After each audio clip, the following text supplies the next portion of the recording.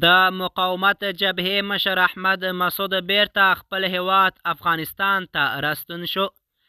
احمد مسعود چې د احمد شاه مسعود زوی دی، د مقاومت جبهې مشري کوله، بیرته خپل هیواد افغانستان ته راستون شو. احمد مسعود هغه وخت د طالبانو پر وړاندې مقاومت پیل کړ کله چې د جمهوري نظام نسکور شو.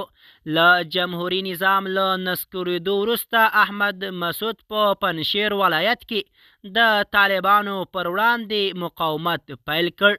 وروسته له 2-3 میاشتو مقاومت وروسته د طالبانو لخوا نسکور شول او بیا احمد مسعود روسیې ته ولاړ او روسیې احمد مسعود ته پناه ورکړه. د طالبانو دفاع وزیر مولوي محمد یعقوب مجاهد په بلنه بیرته خپل هیواد افغانستان ته راستون شو. د حقیقت چینل درنو کتونکو سلام، ستړي مشئ، وخت مو په خیر.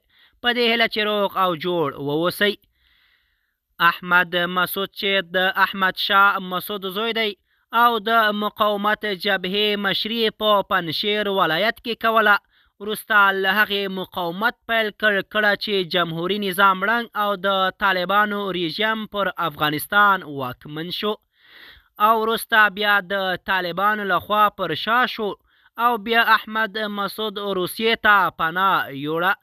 احمد مسعود وروسته له هغې بیا افغانستان ته راستون شو کله چې د طالبانو دفاع وزیر مولوي محمد یعقوب مجاهد ورته بلنه ورکړه او احمد مسعود هغه پخوانیو افغان سیاستوالو ته هم د بلنه ورکړي چې بیرته خپل هیواد افغانستان ته راستانه شي. د حقیقت چینل درنو کتونکو، زموږ د نن ورځې چمتو شوی خبر تر همدې ځای و. تر بیا مو په الله سپارم.